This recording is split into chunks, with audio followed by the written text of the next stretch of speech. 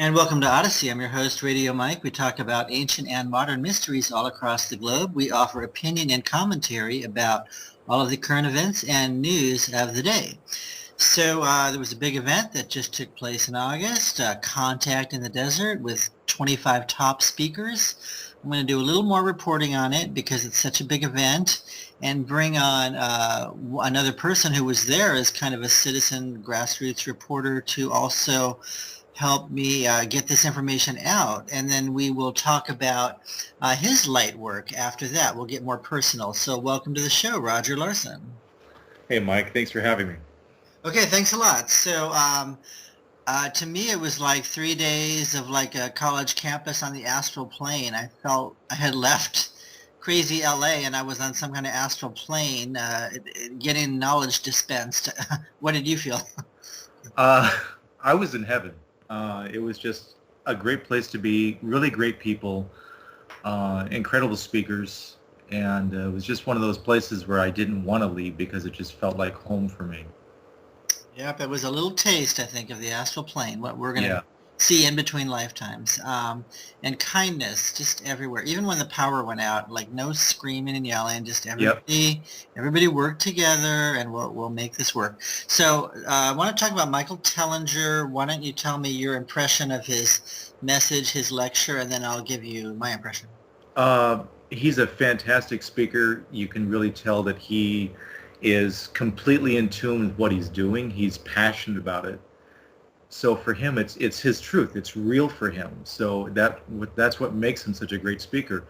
What he talks about is just amazing. He talked about a couple of things. I went to his lecture 1 and 2, where he talked about the earth energy with the stone circles, and I thought that was really interesting. But he also has something called Ubuntu. What is it? The Ubuntu Party, where he wants to bring in a system or a society that's not based on money. And I feel that that's something that we really need because we lose ourselves so much. We value ourselves based on a currency that is not in our control. And our self-esteem is based on something that some other guy that doesn't even know who we are or that we even exist controls how much it's worth.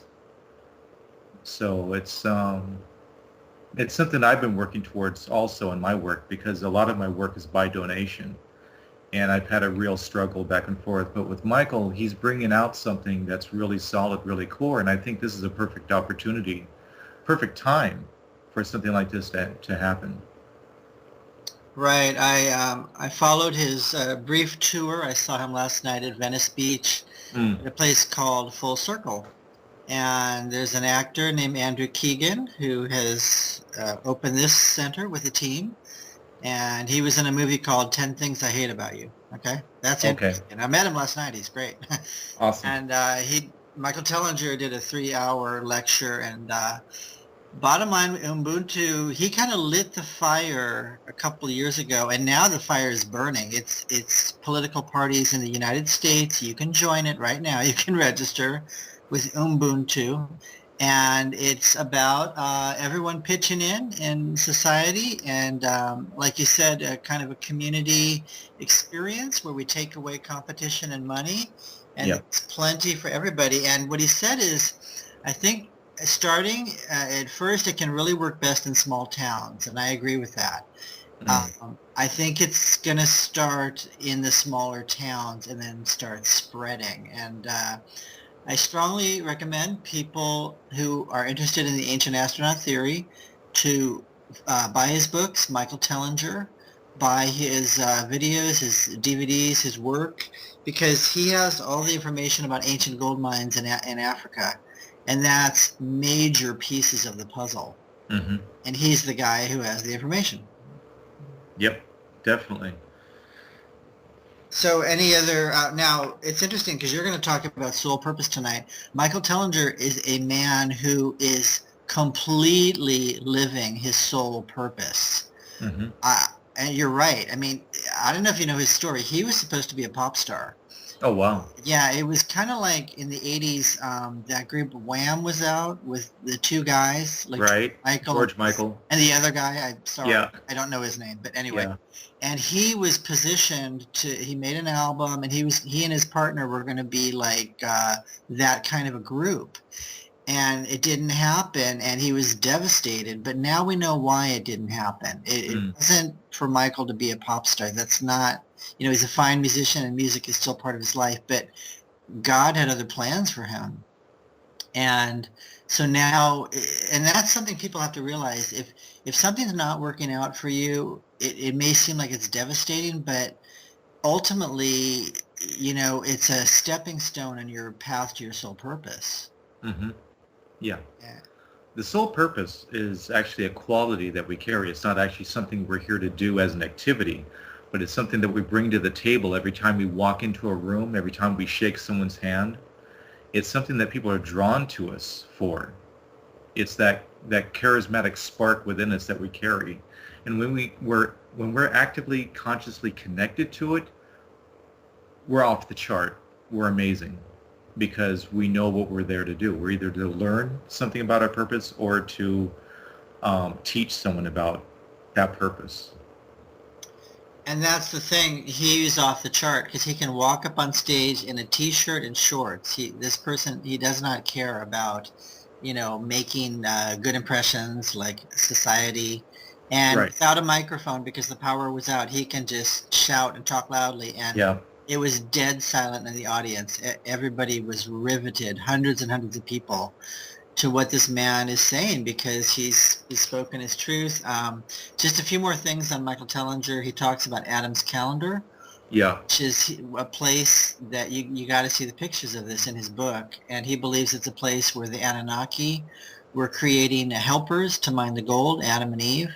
Mm-hmm. And it's kind of like it takes the biblical stories we've been told much, much further into the past with much more detail. He absolutely believes in God. He's not an atheist. He's said this many times. But he believes there were these demigods or Anunnaki who pretended to be God, who confused a lot of situations. Right. Right. So he's clarifying big God and little gods. Right. Well, even the Mayans and the Aztecs thought the Spanish conquistadors were gods. They thought it was Quetzalcoatl coming back, so. And that lasted about a week, apparently. Yeah. So And they then- found out what they were there for. And then they realized these guys are human. They're not Yeah. gods. I mean, they have some white beards and white skin. They have a few things, but they're not acting godlike. Right. Right. And then any other people really stand out for you? I'm a David Wilcock fan, so I loved his work on Ascension and Rainbow Body. Any other people stand out for you? I actually attended Ed Grimsley's little tour with my girlfriend. He had the night vision goggles, and he was just showing us all sorts of things that were up in the sky, and that was incredible. Unfortunately, I didn't get to see David Wilcock. I did speak to him briefly the first night we were there, but that was about it. Oh, you spoke to him. Wow. Yeah, just hi, how are you, kind of thing. He was walking his dog. He was checking out the auditorium where he was the sanctuary where he was going to speak. Okay. So yeah, it was real brief. Just hello, hi, how are you? Right. And there were a lot of people that offered more information on UFOs, because we already know they're here, and now we need to know who they are, who's on the chessboard. Yeah. What do they want? What are they doing here? So we're going way, way deep into this. We're not really about like proving it anymore, not with this group. Although it's beyond proving it. Now it's just a matter of people accepting it. Mm-hmm. Because so much has happened since 1947 with Roswell. Look at how much we've advanced, and on such a rapid level of advancement. It's insane, and now we can't even keep up with technology. Every time we turn a corner, technology has stepped up another 10 years, and it's really interesting. Right, and the last person I want to mention before we kind of get into your work and your journey is Eric von Daniken. He's 80 years Oh, old. He doesn't speak very often publicly. He writes books a lot, you know. he doesn't look 80. He doesn't No, act 80. once again, he's living his sole purpose. Yep. So that's keeping him young and lively and energetic, and I look for many more years from him, frankly. Yeah, so do I. But he spoke a lot about Ezekiel and the Bible, and Hmm. that was most likely a craft, an ET craft. And Enoch. He spoke about Enoch. Enoch kind of being like a witness, a testimony. They showed him, they showed themselves to Enoch, and he was passing on that information to humans at the time and writing down his experiences. So, and then he got into his whole, he got into Nazca a lot, the lecture I saw. Yeah. And it probably most likely was an ancient airport, an ancient runways, you know. Well, that's what I see when I see those pictures. I'm looking at a runway, a modern day runway, just without the buildings. Mm-hmm. And it just seems so random for them just to put these lines up on the hillside. And then to shave off the top of a mountain. I mean, who does that? Well, that's what people need to understand. It's not just a runway. It's a whole mountain being shaved off. Yeah. Yeah. It was a big, big project. Yeah, it's a massive project, and there's nothing left in the aftermath to show us how they did it. There's no bulldozers. There's nothing. No. Nothing that we can verify as, oh, these are the tools. You know, it's like in a lot of speakers like Giorgio Tsoukalos. You know, he's talking about these copper tools that modern day archaeologists are saying, well, these are the tools they built the pyramids with. And it's like, you're looking at the pyramids like you can't even fit a piece of paper between the bricks. And these are not just small bricks. These are massive stones that weigh, several hundred tons. And you can't get that kind of precision with copper tools. No, you can't. No. So it's just, there's a lot of things that mainstream science and archaeology is trying to put on us. And, if you take your time and you really think about what they're saying and look at what they're showing, nothing adds up. Not the official explanation, no. No, it doesn't. I made this switch years ago that basically our planet, it was a gold mining colony to some great extent. And once I made that switch, a lot of things started coming into place for me. Yeah, I connected to it when I started reading The 12th Planet by Zecharia Sitchin. And all of a sudden, the whole Bible thing made sense to me. Why is the Holy Land so important? There's nothing really there. It's desert. But that's where they landed. That's where they had the runways. That's where they had the alignment from the pyramids all the way to Ararat as a beacon, as a guide to bring in the spacecraft. Mm-hmm. And that to me makes sense. It's like whoever has control of that area, when whoever they are comes back, then those are the people that they're going to be dealing with, the people that have that land. So, it's just, if we were those people going to some other planet or some other island, that's pretty much the way it would be. Whatever place we landed at, that would become sacred holy ground, and whoever had control of that would be top dog. Right, and to this day, it's, that legacy, that sacred ground.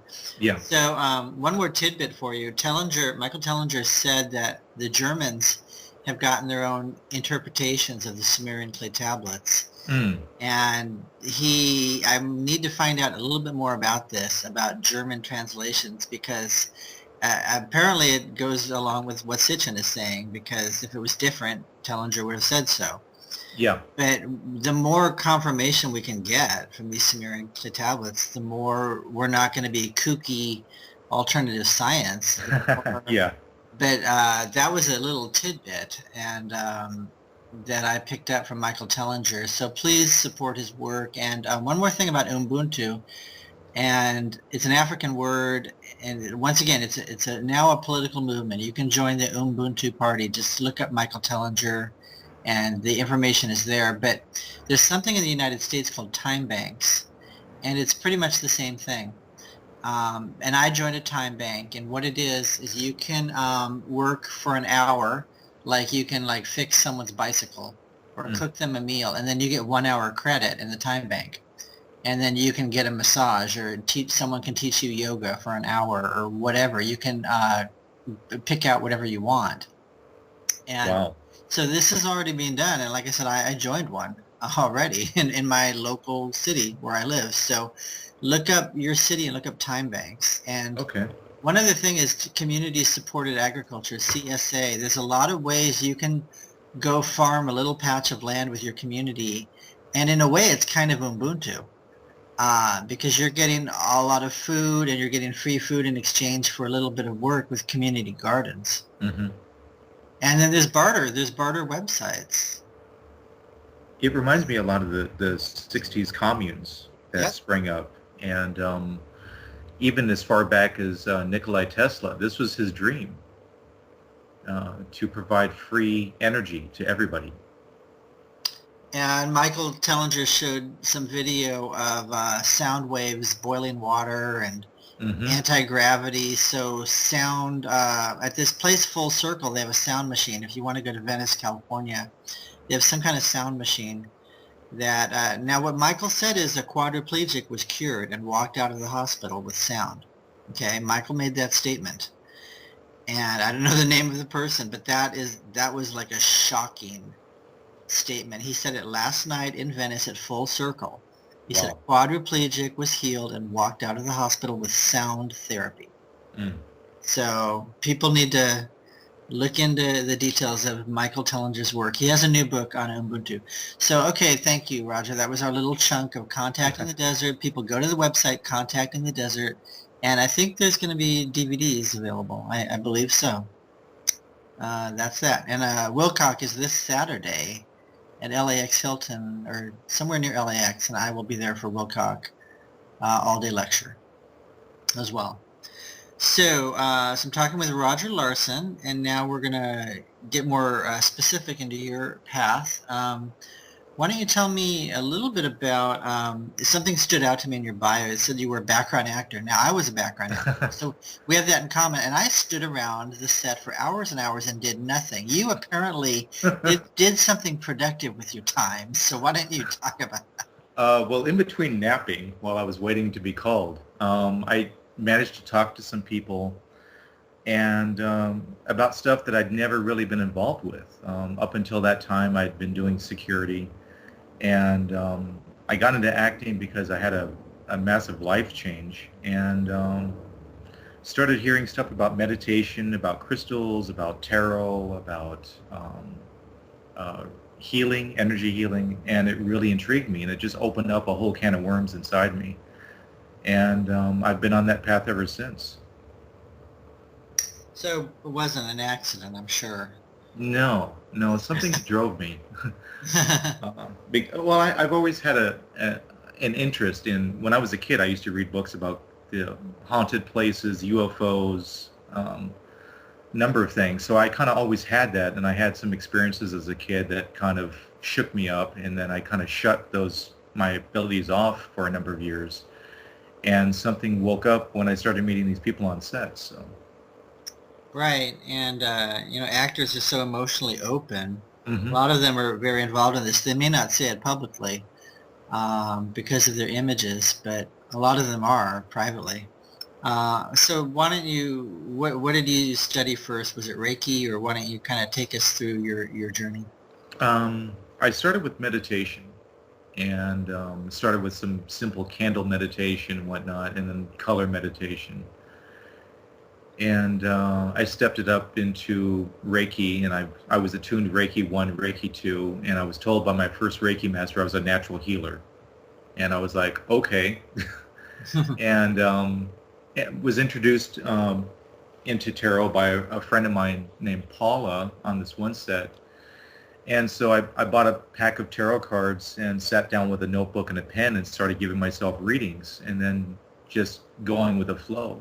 And as I developed, I began doing readings for other people, and just kind of took it from there. Okay, now with the Reiki, the The Reiki I've seen, they don't actually touch the people. They're kind of sweeping energy. Is that what you're doing, or what's kind of the benefit? Is it cleansing negative energy? Well, the Reiki that I was doing, um, it was basically you lay your hands on preset areas of the body. And what you're doing in first degree Reiki, you're just running the energy because you've been attuned to it, which means you're open to receiving that energy. And you just focus on the energy. And basically you're a wire that's plugged into the universal generator. And the energy is flowing through you into the person's body. And when it's time to stop, the flow just stops because it's basically the person's energy or need for that energy that's pulling that energy through you. In the second degree, you're given symbols to draw with your mind or draw in the air with your fingers. You're given, I think it's like 4 symbols, and depending on who your teacher is, they will show you in private or they'll just show you, a lot of them, a lot of Reiki masters have written books and they show the symbols, so there's a huge discussion about whether you should keep the symbols sacred or put it out to public use or public knowledge.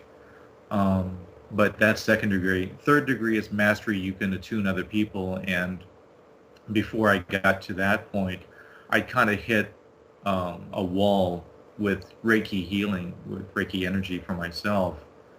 And I just felt like I was limited in it. So I had a choice to go on to mastery or start developing my own energy work. And I went ahead and did the second one, and I haven't regretted it.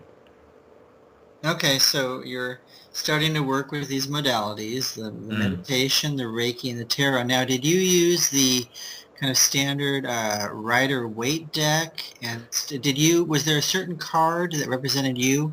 I had that experience. I really tuned into the Osho Zen deck, and I literally used that deck the same deck for 13 years. And then I got into the Celtic Dragon Tarot, and it was kind of back and forth. And then I went on to others, and then I sat down and just decided to design my own tarot decks. And so I haven't used anything else since. Mm-hmm. And I looked online, and these are different, they're almost like different lessons, maybe, energies we have to master. Like one said gratitude. And I mean, there's so many people that don't show any gratitude going through the day. Horrendous negativity and complaining. I mean, I see it a lot. Sometimes I just sit in coffee houses and just listen. Part of metaphysics is observing. Mm-hmm. And it's just so, like, where's the gratitude? Where's the, gosh, this cup of coffee tastes fantastic. Well, I think the biggest thing, and this is what happened with Robin Williams recently. Right. I watched a video where he's talking about you need to be grateful for the people in your life. And it struck me because he excluded himself from that self-gratitude. And that's what kills us. When we're not grateful for our lives, when we're not grateful for ourselves, it's like we're putting ourselves in the corner, spiritually, mentally, emotionally. Mm-hmm. And it has such a powerful impact on us, and we don't even realize we're doing it because we've been taught, do unto others as you would have them do unto you. And that creates 2 types of people. People that do nothing for themselves, hoping that someone else will do it for them because they're being that way with them. And other people who just use it as an angle, as a device to get under people's skin on their good side, saying, well, I'm doing this for you, so what are you going to do for me? And, I kind of tie this into what Gandhi said, be the change you want to see in the world. So I came up with my own. It's like, be unto yourself as you would have others be unto you. And that way, you're setting the example. This is the way I'm treating myself. So these are the types of people that I want around me. And as we develop this within ourselves, as we learn how to love ourselves, we naturally love others. We naturally respect others because we have it within us. An empty pitcher can't fill a cup. And we need to be that pitcher. And, well, we need to be the wellspring, actually. Get rid of the pitcher, get rid of the cup, be the wellspring. And once we tap into that wellspring, we have so much abundance of love, respect, wisdom, understanding, because it's flowing from within us. We've tapped into it.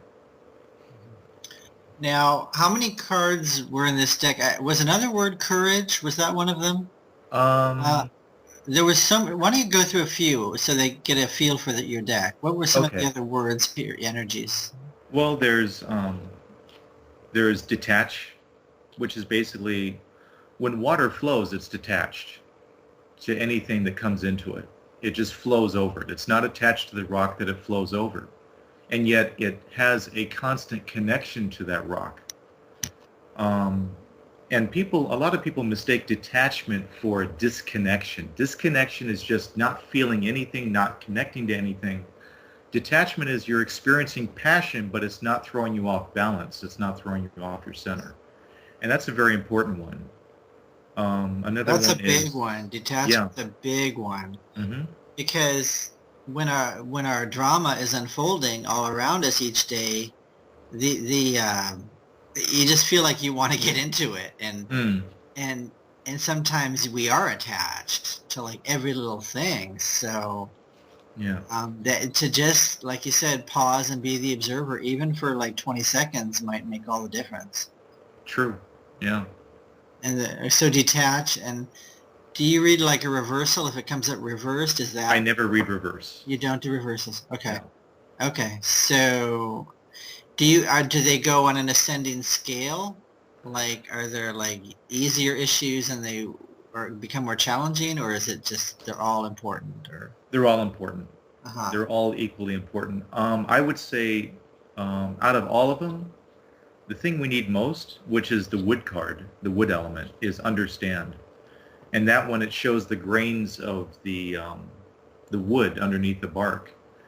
And as you trace the lines of the wood, you get to understand something vital, something hidden about the wood. And without understanding, we're lost. People talk about love, peace, this and that, and that's all good. But if you don't understand what's going on, like if someone hurts you and you forgive them, well, they're going to keep hurting you because you keep them in your life. But if you don't understand that this is the way they are, this is the way they always will be, you're not going to have an opportunity to separate yourself from that individual. And you're going to go on forgiving them, and they're going to go on being the same person. But once you understand, oh, okay, I get this. I get who you are. I understand. No problems. And there's no need for forgiveness because there's understanding. Mm-hmm. So that's a powerful one.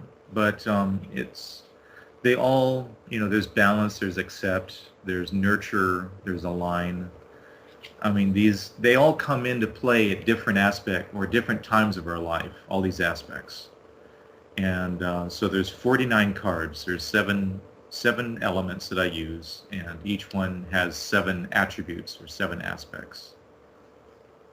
Well, let's pause for a moment, and why don't you tell us, I think people probably sense they may want to work with you at this point, so okay. Tell us how people can contact you. I'm talking with Roger Larson, and start working with your modalities.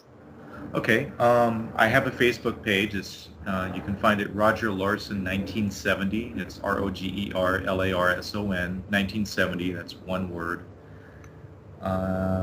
And my email is realmkeep, REALMKEEP @yahoo.com.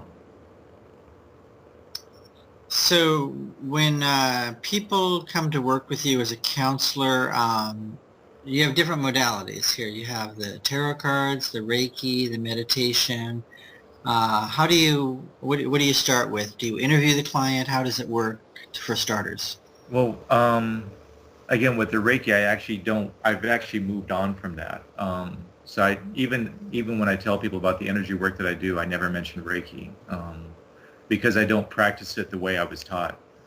But it just depends on what they're looking for and what they're comfortable with. And this is why I branched out into different styles, different techniques, because everyone's different.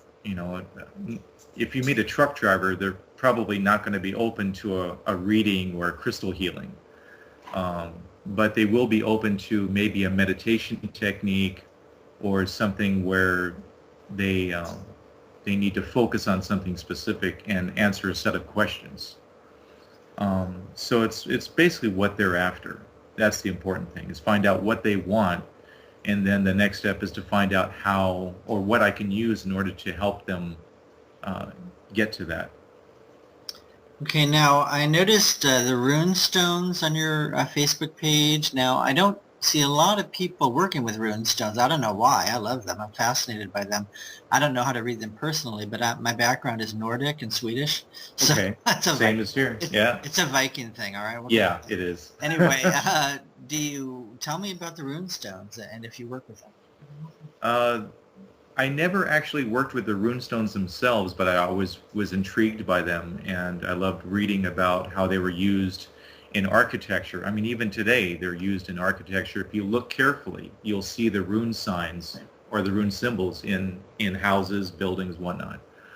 But they were used in weapons, they were used in clothing, they were used as a means of writing also, as communication. But I became interested in them a few years ago, actually more than a few years ago. I ran across this book by a fellow by the name of, his last name is D, Jonathan D. It was an illustrated guide to runes, and it hit me full force, and the way he described them and the way he revealed them, in a sense, to in the book.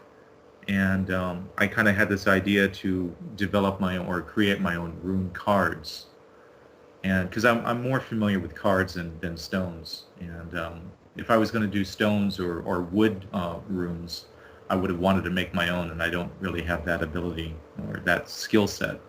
So I made some cards based on the Elder Futhark, which is the original runic alphabet, as far as we know. And a lot of people that I've talked to have really resonated with what I've done with them. So.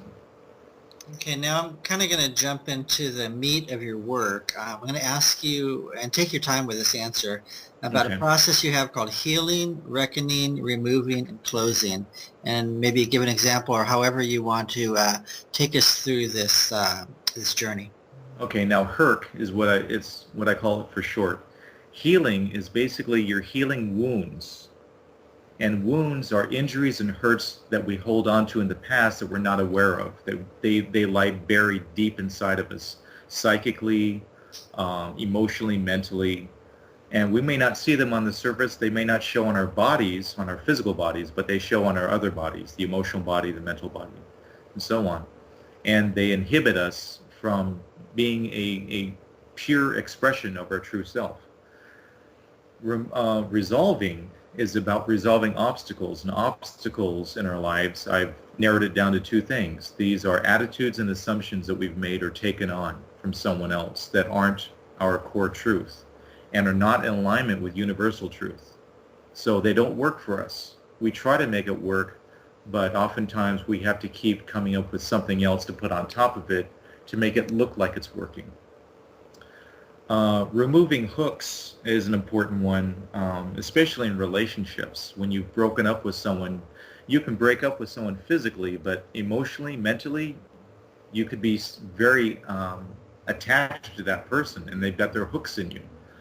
And these are attachments that we've made, and they're also addictions. We can be addicted to a type of personality. It doesn't have to be a chemical drug or some sort of liquid stimulant that we're addicted to, but it could be addicted to drama. It could be addicted to any number of things. Hiding, staying away from people can be an addiction. Anything that becomes unhealthy in the nature of being our truth, being natural, being fluid, that's an addiction, and it's something that we have a hard time controlling because it controls us. It's hooked into us. So that gives us an opportunity to take a look at what kind of approach we need to take, whether it's a wound, or it's an obstacle, or it's a hook. The last one, closing doors, that's basically a no-brainer once you've realized you've left a door open somewhere. You can say, okay, I'm done dating this type of person. I'm done working for this kind of boss. But why do I keep attracted to them? Oh, I've left a door open. Because the energy flows in when we leave these doors open. And it's that final act of, okay, I get it. I understand it. I want to walk away from it. But until we close that door in our mind, energetically, something's going to be coming through down the channel, and it's going to be interfering with our lives. So those 4 points is basically a self-assessment or an assessment that I do with people to help them better understand what kind of approach we need to take. Fascinating. Now back to healing, the first modality. How do you determine if it's a past life wound or in this life, like childhood issues? It'll pop up in my mind. It'll be like past life.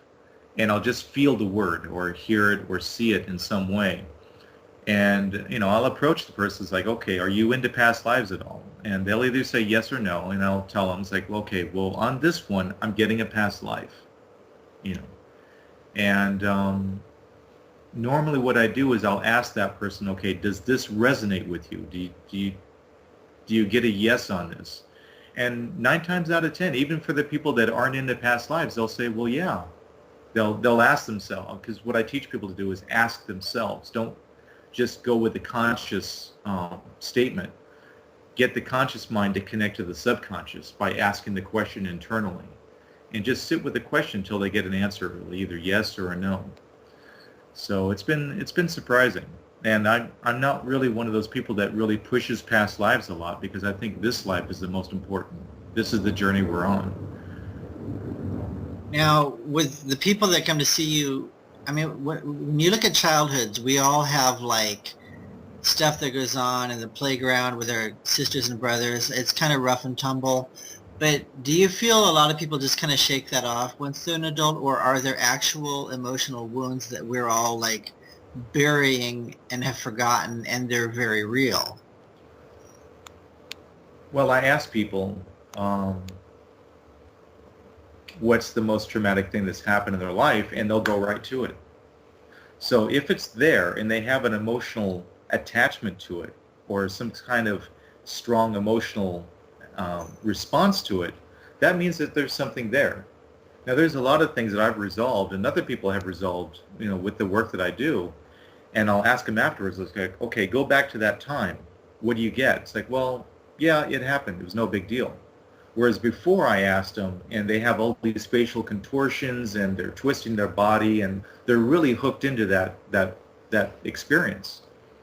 So yes, there's a lot of stuff that gets stored, that gets dropped into the basement or pushed up into the attic.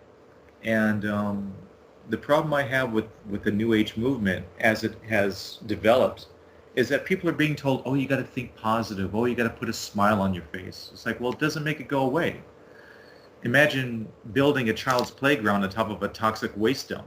It's like, well, it's a beautiful playground, so it'll make all the toxicity go away, Mm-hmm. And it doesn't. It seeps through, and over time, it wears us down. It ages us.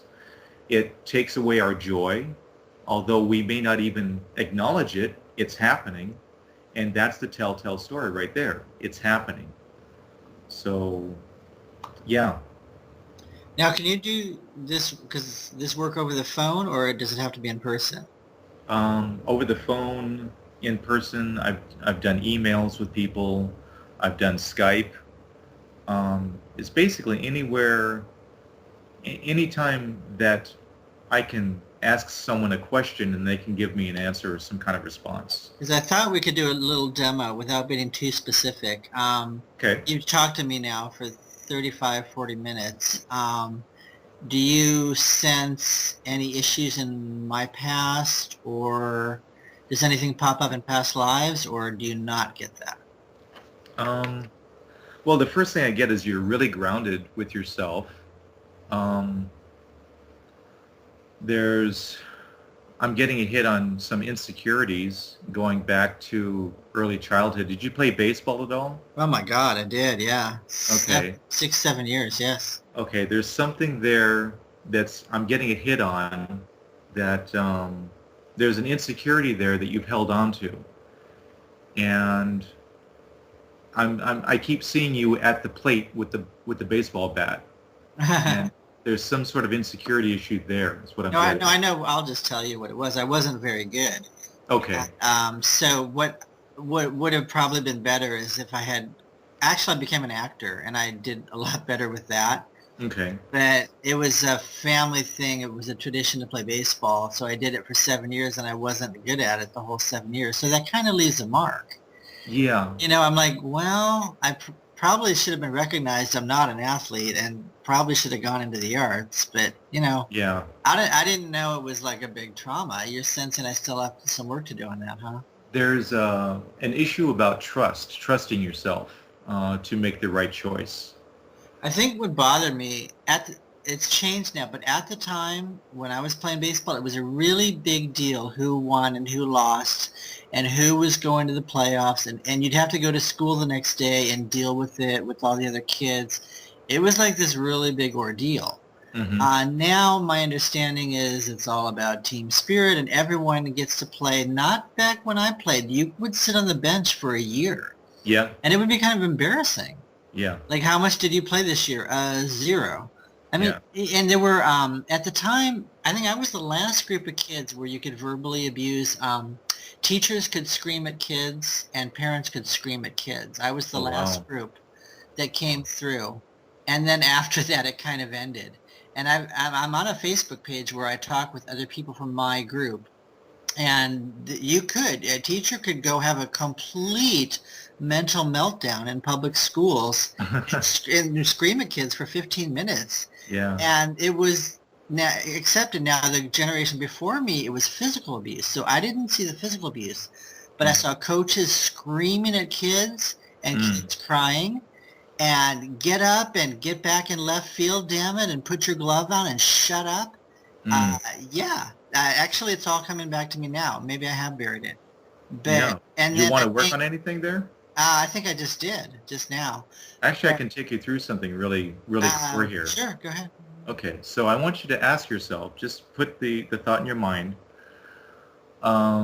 is there something about trust that I'm still holding on to? Do you get a yes or a no? First answer that pops up. Trust. Yes. Okay. Now I want you to ask yourself, can I see what that issue is? Do you get a yes or a no? Yes. Okay, what is it? It's family stuff, and okay. I think this part of it, I'd rather talk with you. Okay. Yeah. Okay. I think I know what it is. Probably we should. We should probably do Well, the technique that I have, you don't have to say what the answer is. I'll just walk you through the steps. Okay, sure. Okay. So I want you to hear what you're saying about that experience, just in your head, and let me know when you get it. Okay. Just say, okay, yes. What's the question? I'm sorry. Okay. What you hear yourself saying about that experience. Okay. It's a very critical statement that you're holding on to. Yeah. No, I can share that part. I feel that I'm That's not okay. very good at that, and I keep being pushed and shoved into baseball. I'm not good at it. Yeah. Ooh, that's really hitting your heart center.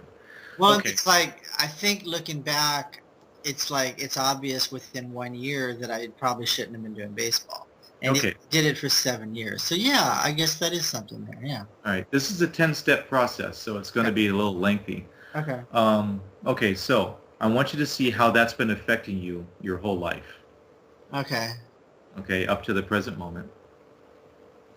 Yeah, I think there's some confidence issues. Okay, now I want you to look at what that has been creating around you, that experience and that attitude towards it. What's that been creating around you? Just take a look at it and let me know when you get it. What kinds of situations and what kinds of events that you've attracted because of that experience. Okay, well, I think in some instances things come really easy for me. I'm very successful. Other things maybe that are a little more competitive, maybe related to baseball, like in maybe the corporate world, I'm still not doing that well, probably. Okay. Now I want you to look at what it's been costing me or what it's been costing you. Mm-hmm. So in your mind, just see what's it been costing me and just see what pops up. Okay. Let me know when you get it. Yeah, I got it. Okay, now I want you to look to your future, and I want you to look down the road that this is all creating. It's paving a road to your future by holding on to that one experience. What's that creating in your future? What kind of a place is it taking you to? Let me know when you get it. You mean the new thing that I want to achieve? No, no, no. Okay. By holding on to this past Oh, I experience, see. Okay. trust issues, Okay. what kind of a future is this creating for you down the road? Okay. If you follow this path. Okay, Sure. you see it. Yes. Okay, now I want you to look at what it's giving back to you at the end of that journey. Okay. Right. Now, is this something that you want or don't want? Don't want. Okay, now I want you to put all this into a box. Okay, everything from the past Mm-hmm. Sure. to how it's been affecting you, to what it's been creating, to what it's been costing you, where it's taking you and what it's giving back to you for your investment in that journey. Put it all into a box and let me know when everything's in the box. Okay. Now, Yeah. I want you to ask the stuff in the box, what do you want me to do with you now that I don't want you in my life? How do you want me to get rid of you? How do you want me to get rid of you? Mhm. Okay. First that pops up. Let's see what comes up. Okay, I got something. Okay, now just whatever it is, if it's set it on fire, if it's throw it away, just breathe through that statement, that process as a meditation and just see it in your mind. Just watch the movie until there's nothing left and you feel a complete, full, natural release from the experience. Okay. I see it happening right now. Okay. Just keep breathing out, breathing in. Okay. Just let yourself sink into the process. Deeper, deeper, until there's nothing left. Okay. It feels lighter. Yeah. Just still a little bit more at the bottom, though. Yeah. I mean, it's going to take a little time, I think. That's okay. Yeah. But it feels better. It feels lighter. Yeah. Yeah. I didn't realize I was holding on to this, but I can see that I was. Yeah. Yeah. Well, it's funny because when you throw something in the basement and the attic, you forget about it. And you go, oh, I don't have that stuff. And you go up in the attic and go, oh my gosh, I've got all this stuff. It's like, oh, I do have that old phonograph you lent me. Sorry, But And yeah. I hope that the audience, whether they were into baseball or not, or whatever they were into, could do this with me. And that's what I was hoping, is people could substitute in their word. Right. A lot of girls were thrown into ballet. Mm-hmm. And maybe only 10% really, had the discipline and talent, and other people were just, or piano. I know kids, I remember, just forced into years of music training. Yeah. And really didn't have the aptitude. But I think at that time, that's kind of how it was done. I mean, maybe now it's a little more open and kids are not just, at the time there was a lot of just, this is how it's done. You're going to this practice. And, yeah. And you're going to enjoy it. Even Boy Scouts, Girl Scouts, I remember it being mandatory. Yeah. There wasn't like any asking you. I did 4 years of Boy Scouts. I don't recall being asked. I just did it. Yeah. Now that you're getting me thinking about some things in my childhood I haven't thought about in a long time. Yeah, that's why I created this work, to get people to think about the stuff that they weren't thinking about that was tripping them up. Absolutely. Now, we only have 5 minutes left, then we're going to take a break, and then Candia Sanders will come on, and she'll work with you as well in her own way. We're all different. Let me go. Can you go through the 4 corners: grounding, centering, balance, and what's the last one? Accept? Alignment. Alignment. Can you go through that concept? Yes. Okay. That's basically my piece de resistance. Grounding, without grounding, we're a tree without roots. And what happens to a tree in a hurricane? It gets thrown around, tossed like a rag doll. So grounding is our connection to the earth. It's our foundation, and it's our ties to our past. So anything that we're bringing in from the past, it goes into our foundation. Our foundation sets the table for the present. The present is what we are centered in. When we're off-centered, we're not present. We're not being complete in the moment. And being centered allows us to expand like the trunk of a tree. It expands outward, always from the center. And when we're centered, we're allowed to see what our balance is. Our balance is a combination of yin and yang, what we're receiving and what we're giving. If we're receiving more than what we're giving, we're out of balance. If we're giving more than what we're receiving, we're out of balance. When we're receiving and giving equally, we're balanced. And that sets us up for alignment. Alignment is basically the branches of the tree, what we're branching out into the future. So from the past to the present, center and balance, and into the future of what we're being aligned with. Those are the four corners, and they're essential to anything that we set out to do. Oh, that's amazing. So now is that part of, let's get into soul purpose. We started with soul purpose, and how do you find that? I mean, obviously we have things that are our passions, activities we love, but how do you find your ultimate soul purpose? The soul purpose is what people are drawn to you for. A lot of people, it's their strength. A lot of people, it's their stability. A lot of people, it's their patience or their sense of affection. It could be any number of different qualities that we possess as people with feelings. And I would imagine that the soul purpose is the light of energy that we are before we come into the body. And it's what we're here to learn. It's what we're here to teach, and it's basically our path and the light that guides us on this path, and it lets us know when we've made the right choice and when we made the wrong choice. It's our barometer, as well as for when people are lying to us or telling the truth. And it's a very powerful experience to have. It was actually mentioned in a movie. It was Rise of the Guardians, and I was sitting there February 15th, 2012, I think, or 2013, and there was a mention of find your center. And the center for the character of North, or Santa Claus, was his sense of wonder. And the center for the main character, Jack Frost, was his sense of fun. And when I walked out of there, I was like, well, what is the center? It's like, well, the center is your purpose. It's what you're here for. And I just started asking questions like, what is it? What is it? And I connected to it. I'm like, oh my gosh, wow. And it hit me like lightning. And then I began wondering, it was like, how could I help other people connect to their purpose? And so I developed a series of questions to ask people step by step. And all the questions have to have one answer at the end.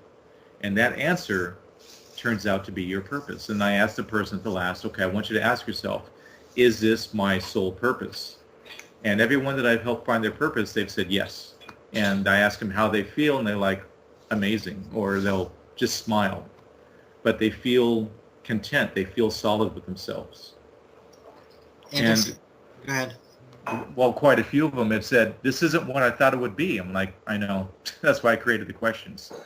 Because the answers to the question are in the subconscious. And the subconscious, if you imagine a universal database of information and experience, it's all right there. And our conscious mind is basically like a search engine. Ask the question, and you drop it into the subconscious or the hard drive or the database, and there's the answer waiting for you. And, it's all there. We just have to ask. Interesting. I want to get a time travel meditation. We'll have to do that next hour. Well, you just did. Yeah, exactly. You did with that session that we did. That was the time travel. Going into the past and going to the future. Yeah, it felt like it. Now, it's because we had talked a week or two ago about men having issues with stuffing their feelings. And it's interesting, we drew a sensitive man who's a helper to this show. And I think there's a lot of men listening who will probably want to contact you and talk with you privately, because you know how boys were taught to stuff their feelings down? Uh-huh. Oh, yeah. I mean, they used to, not as much now, but there's still a whole group of us who were taught that. Yeah, I was raised old school. You were old school too, yeah. Just shut I was born. Take it, right? Well, yeah, pretty much. I mean, I was born in 1970, but my parents were basically old enough to be my grandparents. So I have a lot of old school values, which a lot of them I appreciate, but some of them I could have done without. So. Right. So it's just we're going to go to break in just a minute. Give out your information so people can have a private session with you. Okay, Facebook page is Roger Larson 1970. That's ROGERLARSON 1970, one word. And my email is realmkeep, REALMKEEP, one word, realm and keep at yahoo.com. And just real briefly, what are your favorite crystals you work with? You mentioned crystals during your meditations. Right now it's pyrite. I love working with pyrite. And I have a piece of Libyan glass. Okay, about a 4-minute break. Take a break, get some water, and we'll get Candia Sanders on the air to work with you, Roger, okay? Excellent.